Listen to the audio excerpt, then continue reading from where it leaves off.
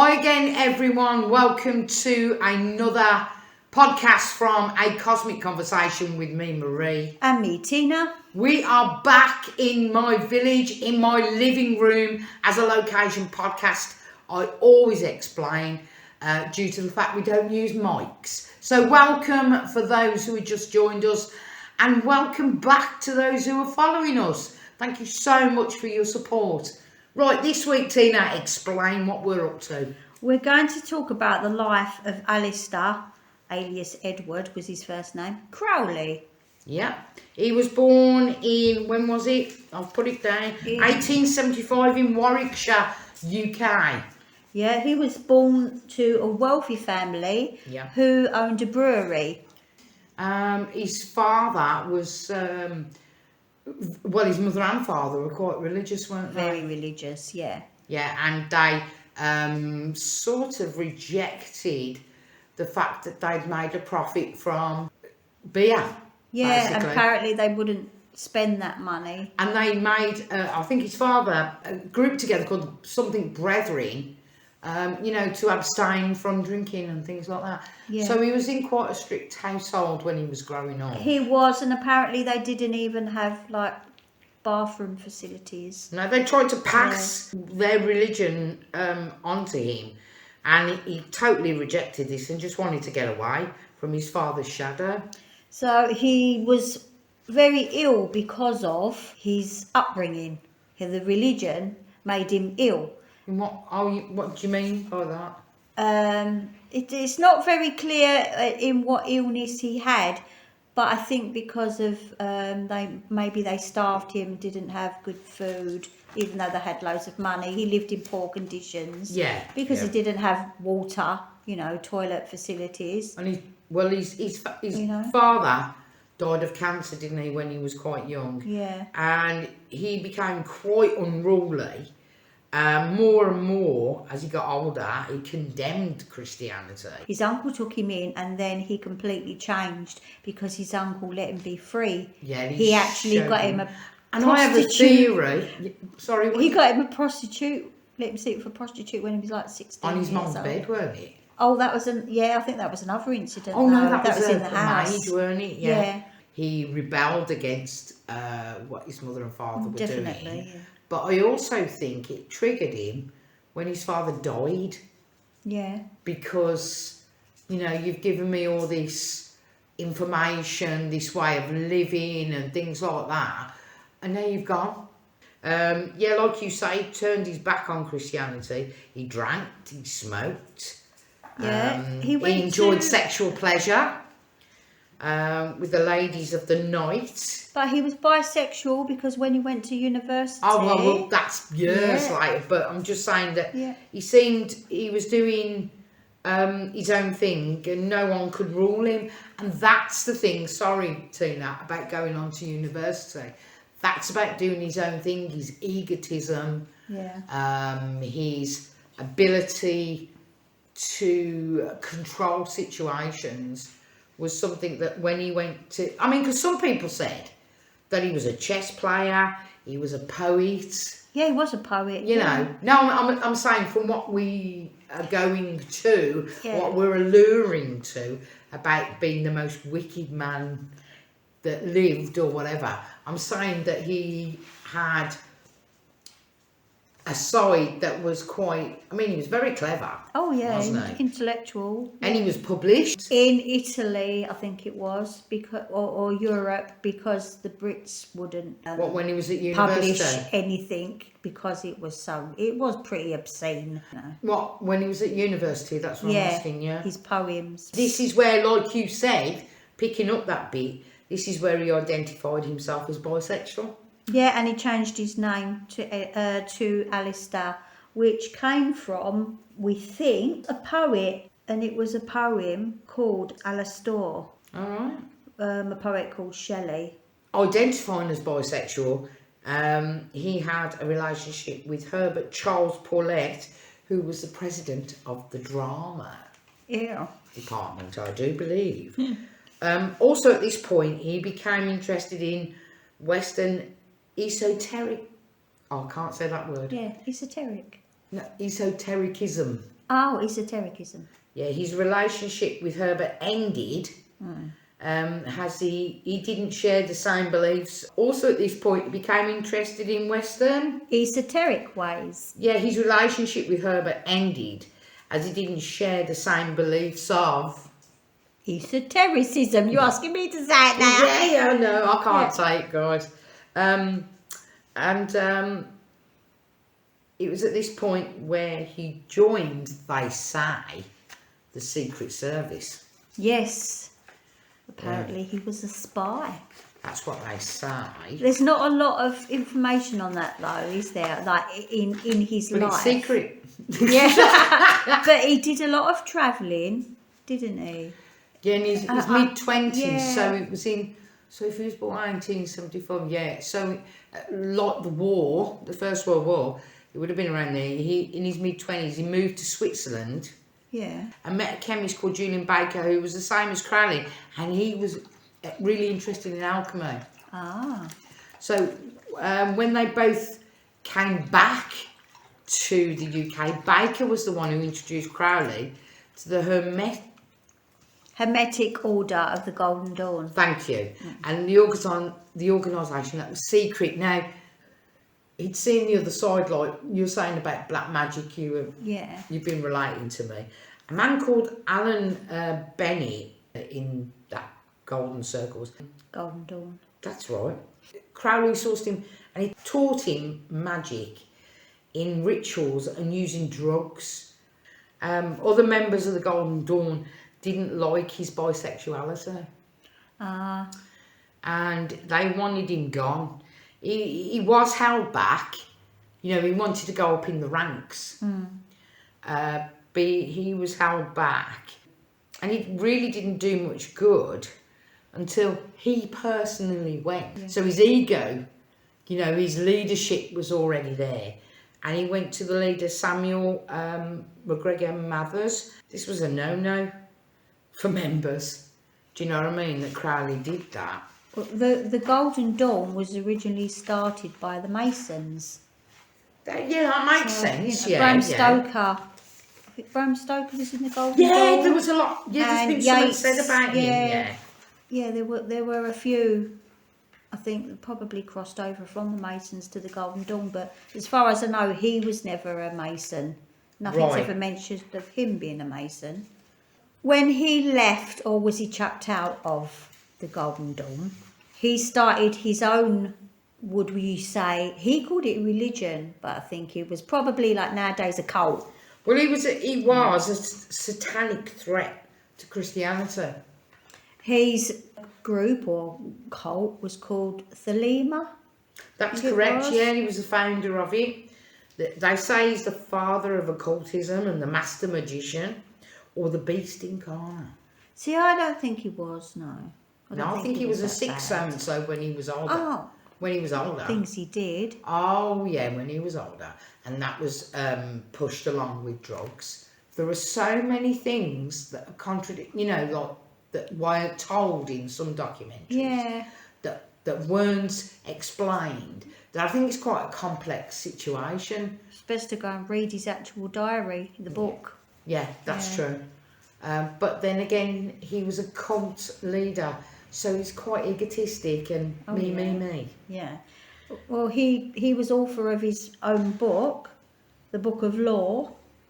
He said that he was channeling, maybe? Yeah. That this being called Awaz, which I know through doing the runes. Awaz is a rune. Which is the rune for sort of death rebirth, renewal. I always say, like, as one door shuts, another door opens. And Awaz reminds me of the death card in the tarot. And he also, after he left, because when we spoke in our last podcast, we did the tarot, didn't we? The history of the tarot, yeah. Please go and have a listen. Which obviously was part of the Golden Dawn. When he left, he did his own tarot, which was the Thoth tarot, which was based on Egypt, because he went to Egypt, didn't he? Yes. Later on. So he was dictated to by this non-human called Awaz that was basically going to cut out all religions and start afresh with this one. Mm. And I think this is where he saw himself as the beast. But there's a lot of things that he did, isn't there? A lot of rituals he did. There was a ritual he did every day when he bought that place in Scotland. Yeah. Later on in life, he did a ritual every day. He got absolutely bored with it, doing the rituals. But It's because he wasn't getting anywhere. I just think that he was tainted. Well, this so-called AWAS came out with this thing that he became his saying. Do what thou wilt shall be the whole of the law. So basically, do what you want, which is what he did. It was just like a do what thou wilt. Get out of jail free card, didn't it? Do whatever you want in life. Hey, it doesn't matter, you know. And this was supposed to bring on the next stage of evolution, called the Eon of Horus, which his wife saw Horus, I think. You know, is this right? So he went around Europe. He met up with a gentleman whose name escapes me at the moment, but he lived in France and went back to France, and he got to know this bloke's sister called Rose Kelly, and Rose was in a relationship predicament. Predicament. Yeah. She didn't want to marry this person. Yeah.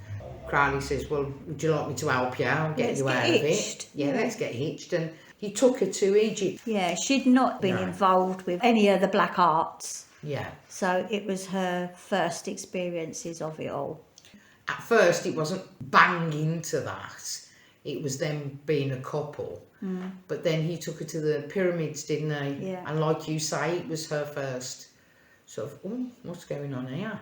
And unfortunately, it caused a bit of rift, didn't it, between them? Mm. Because she had an experience that he had never had. And apparently, it was the changing point of his life. Yeah, she actually pointed out, you know, her vision, whatever it was. He didn't believe her, did he? No, she went straight to... So he said, prove it. Yeah. Prove it to hieroglyphs. Me. They went to the museum, didn't they? Yeah. And he went, go on, show me. She'd never been there before. And she pointed out the person that she'd had this vision of and an engagement with. He believed her then, didn't he? Yeah, you see, he wasn't spiritual at all because he was all ego. This is the thing with, say the word spiritualism, always say this, I hate the word, you know, but when you're doing stuff like this, trying to find the answers to the universe, if your ego stands in the way, you're not going to get anywhere. And he didn't. And that was his downfall. So when they went to the museum and she pointed it all out, what struck him was the fact that it was an artefact that was registered as 666. Ah, yeah. They say the number of the beast. Yeah. So he became the beast, didn't he? But he wanted to. Yeah. Well, he was interested in the black arts, and he did in this Scottish... he bought that place in Scotland, which many years later was bought by a rock artist anyway. Yeah. He said it was very, very spooky, haunted. Do you know any information about that place? He only bought that place just to do this ritual that he was warned, everyone was warned never to do. I don't know where he got this ritual from, and he did it.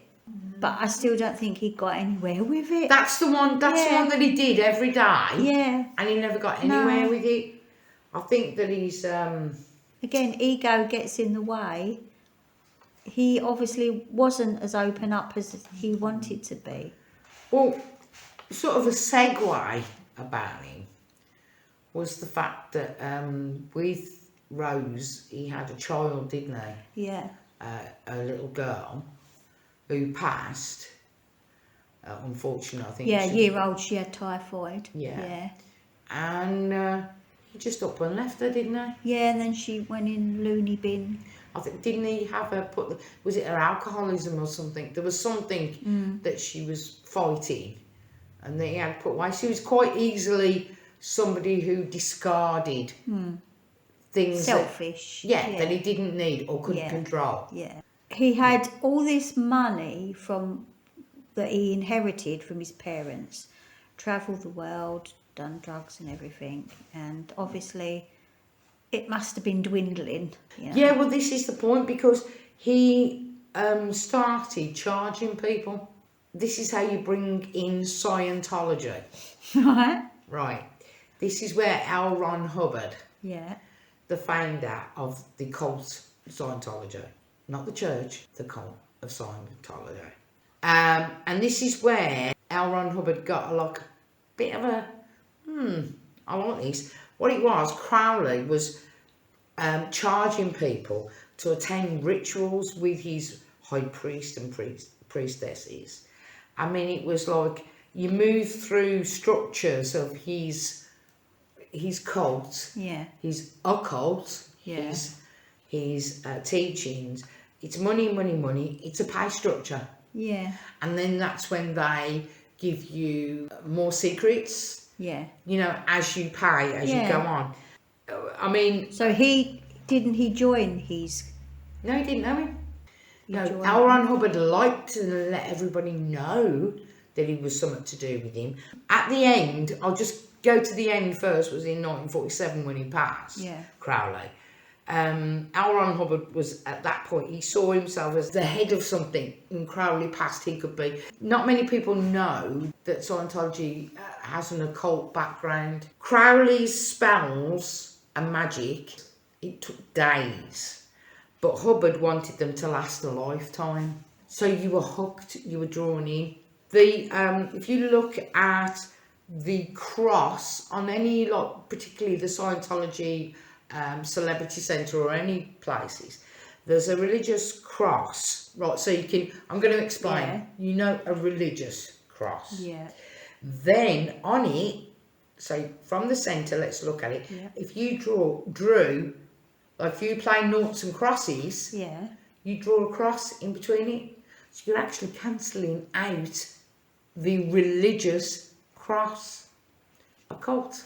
And then the other symbolism is that Scientology has two overlapping triangles with an S in it. This is a hint at black magic, and essentially taken from Crowley, because the symbol for Thelema, is that Thelema? I'm not Thelema, sure. is a philosophy, and Crowley, in a series of triangles made, it's sort of interacting all together into a clover, so it's visually similar. So you're telling me, you know, there's no similarities? Well, there's influence there. Yeah, exactly, because Hubbard took influences from everybody. Oh, that was it. I'll tell you who the friend is in a minute. So it's visually similar. It's called the New Era Triangle for Scientology. I don't want to go on about them because I don't care. There's a parallel between Hubbard and Crowley because of their shared obsession with sex. Ah, yes, he was sex thus maniac. Giving them power. With anything and everything. With over humans partners. and animals. Yeah. I'll just go through this bit about the cult of Scientology, and I want to get off it because I don't give a flying cahoots. Crowley and Hubbard didn't like, or the thing that brought them together was Crowley and Hubbard didn't like therapists. They had a distrust of therapists and psychoanalysts. I think that's personally because they wanted their followers to get treatment from them, that they're in control, not from anybody else but them. Yeah. Right?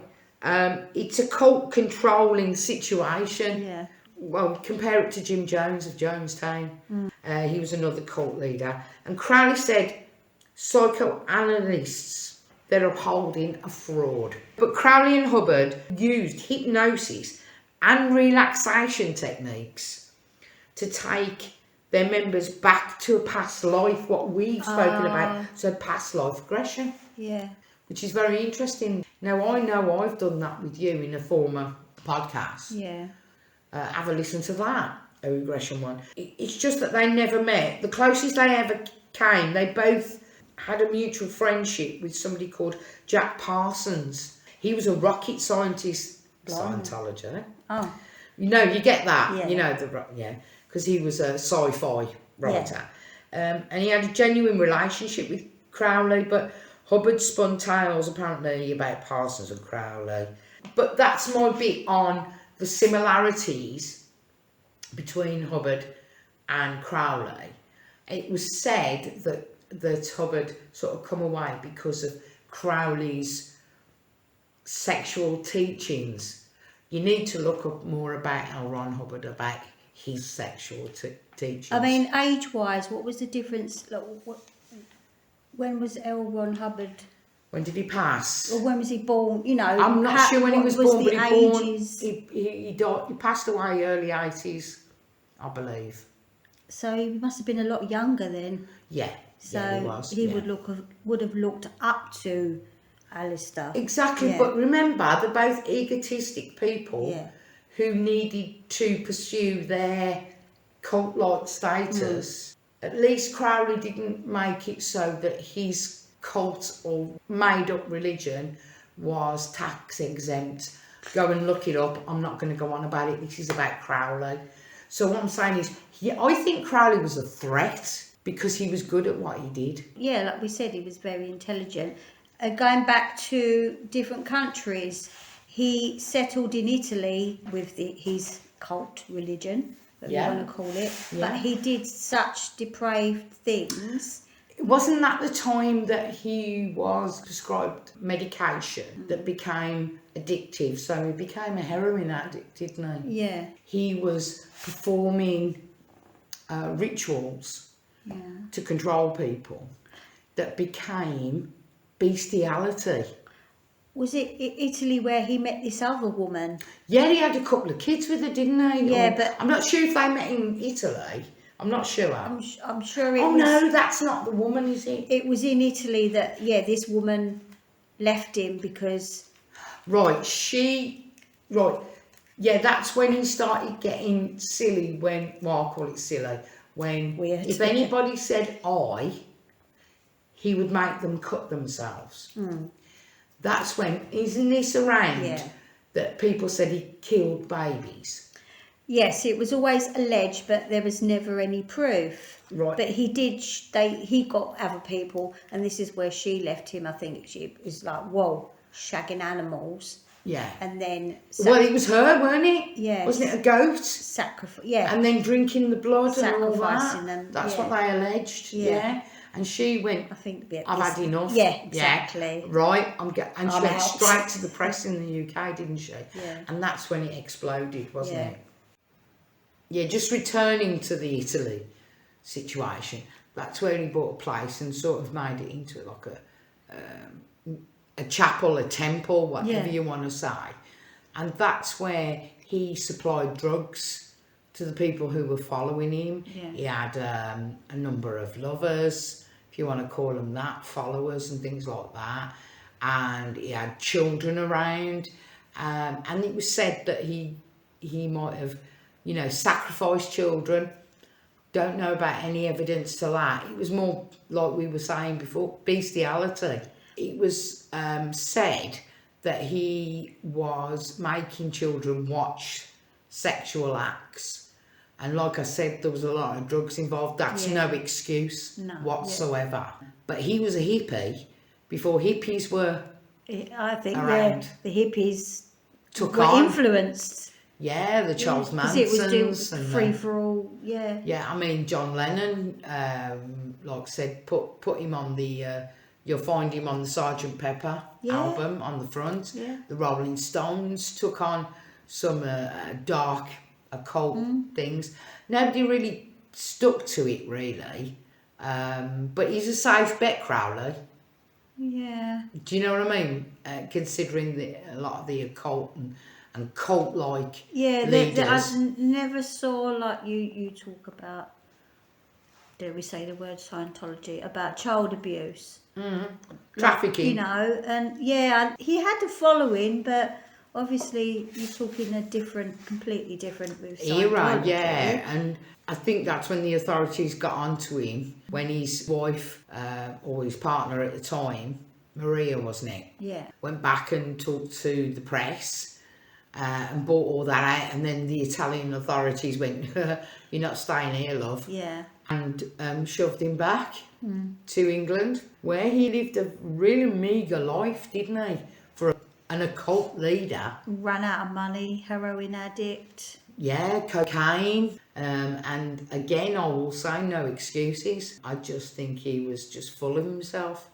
And he was living in a seaside town, wasn't he? In a boarding house. Yeah, in a boarding house. And he took somebody to court. I don't know if it was a press to court. He took a few to court, for libel, but he lost. just to get money. Yeah, just to try and and get there was that woman, Deirdre Doherty. Or Doherty, who was following the court cases. And basically, when she got to know him while he was doing that court case and all that, she said, I want a baby. Yeah. And he obliged. And they apparently had a ritual for the baby. I don't know what that ritual was. It's like the second coming of him. Coming, the second him. Yeah, I mean, we don't know how he was properly conceived or whatever that was. But they had a son, didn't they? Was it Randall? Yeah. Yeah. And I think she really admired him. And I think she changed him. She did, because there's photographs of him with his son at the seaside. And it's such a, if you want to say, a come down from this wickedest man. And he actually found love, I think, and, in his last He found years, contentment, I would say, maybe. Yeah. And had a normal-ish life. And the love he never had. So really, it goes against everything. He was living that life of egotism, up his own backside, I would say, in control of a lot of people, and he fed off that. But when he got older and everything was going against him, I don't know if he was a broken man, because she helped him get off drugs, didn't she? Yes. And then having the son, having a stable environment. Do you know, sometimes I often think about Alester Crowley in his later years. Did he really repent? Or, if you want to use that religious word, or was he just somebody who'd gone, well, I've had me run. He had a wild life, didn't he? Yeah. How can he be the wickedest man? No. When did he die? I think it was 1947. Yeah, that's correct, yeah. She was saying in a documentary that 2 days before he passed, they were talking all day. She never elaborated on that. The day he went into a coma, before he went into a coma, they were talking. So they were quite, sounds like they had a good relationship. And he passed the next day. And she said there was no wind and the curtain blew, and then there was a lightning or crack of thunder, whatever. Yeah. I don't know. I think there's been more bad people. Oh, there's been worse than that. Like we were saying with other cults. I mean, you can say, who's it that's died in prison recently? The millionaire, billionaire. Oh, Epstein. Yeah. I mean, that's he's the beast. If you want to call a beast. Yeah. That's what I call a beast. Yeah. But it was of the time that he may have been called the beast, the wickedest man. Yeah. I don't think he's the wickedest man of all time, though. No. But at that time, I'm sure there was about people like that. Oh God, there's always we just didn't know about them thanks to the internet. Was it Coconut Grove or Coconut? Is it Coconut Grove? What is it? You're on about Bohemian Grove. Oh, that's the one. Coconut Grove. I think he's Thelema. What is it? Thelema, whatever it is. His religion cult still is going today. I think there still are followers of it. Yeah, and all the best to him. All the best to him. But I just don't think he holds the wickedest man. No, I think, the motto, even for cults, is like, do your own thing, as long as you don't harm others. And when he went into the realms of, let's say, hallucinogenics, I think that's when things got even worse. But I think he wasn't a nice man. No. I don't think he was a nice man. No, he was Because an he hurt egotistical... Yeah. Yeah. And used people and made them bow to his will. Yeah. Cult-like. Yeah. You know, and made them pay. This is the thing, he made them pay to go up the ladder, let's say. Yeah. It's like giving the fishing line in it and drawing them in. Yeah. It's like giving you don't know things until you get to a certain level. So you want to know more. So you pay. Everything's like hierarchy though, like the Masons, and it's 33 degrees. Yeah. So, what do you think about Aleister Crowley? There's no proof that he killed anybody, apart from animals. Yeah, you know, so there is proof of something. Like, I mean, they say it's depraved sacrificing animals. People, like I was saying, people sacrifice animals. There's thousands every day because you eat them. It doesn't matter how you kill them, you kill them. Yeah. You know, whether you've killed it by your own hand or someone else has killed it for you. And using sex. Sex is that's to me depraved. Yeah. And remember what I said. You know, when they said when you get forgive me everyone who's listening, but the state of orgasm, then it's an excuse to have sex with lots of people. Lots of cult leaders do that, right? But we were discussing before we went on air today regarding that you were saying about an orgasm. Yeah, I mean, you don't have to have sex with someone, and obviously there's like tantric sex, isn't there, and Kundalini yoga, which is all about sexual, isn't it? You know, but it's within. Within. Yeah, yourself, you're not having orgies, are you? You're doing it within. This is our story about him, Aleister Crowley.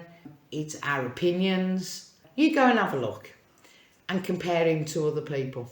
So thank you so much for listening to A Cosmic Conversation this week in association with TRNC Animal Rescue Family, of which you can make a donation, which we plead with you at the moment. We've got some really sick animals at the moment, we'll say doggies, who need some very life changing operations, and you can make a donations to PayPal at sosdogs2017@outlook.com. and we would really like it if you would do that. Please be aware that you can follow the TRNC Animal Rescue Family on Facebook, so you can see what work is really being done. Please like and subscribe our YouTube channel and also Spotify.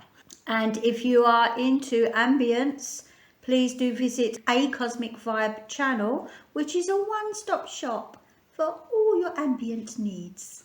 Take care, everybody. See you next week. Goodbye from me, Marie. And goodbye from me, Tina. Bye. Take care, everyone. Bye.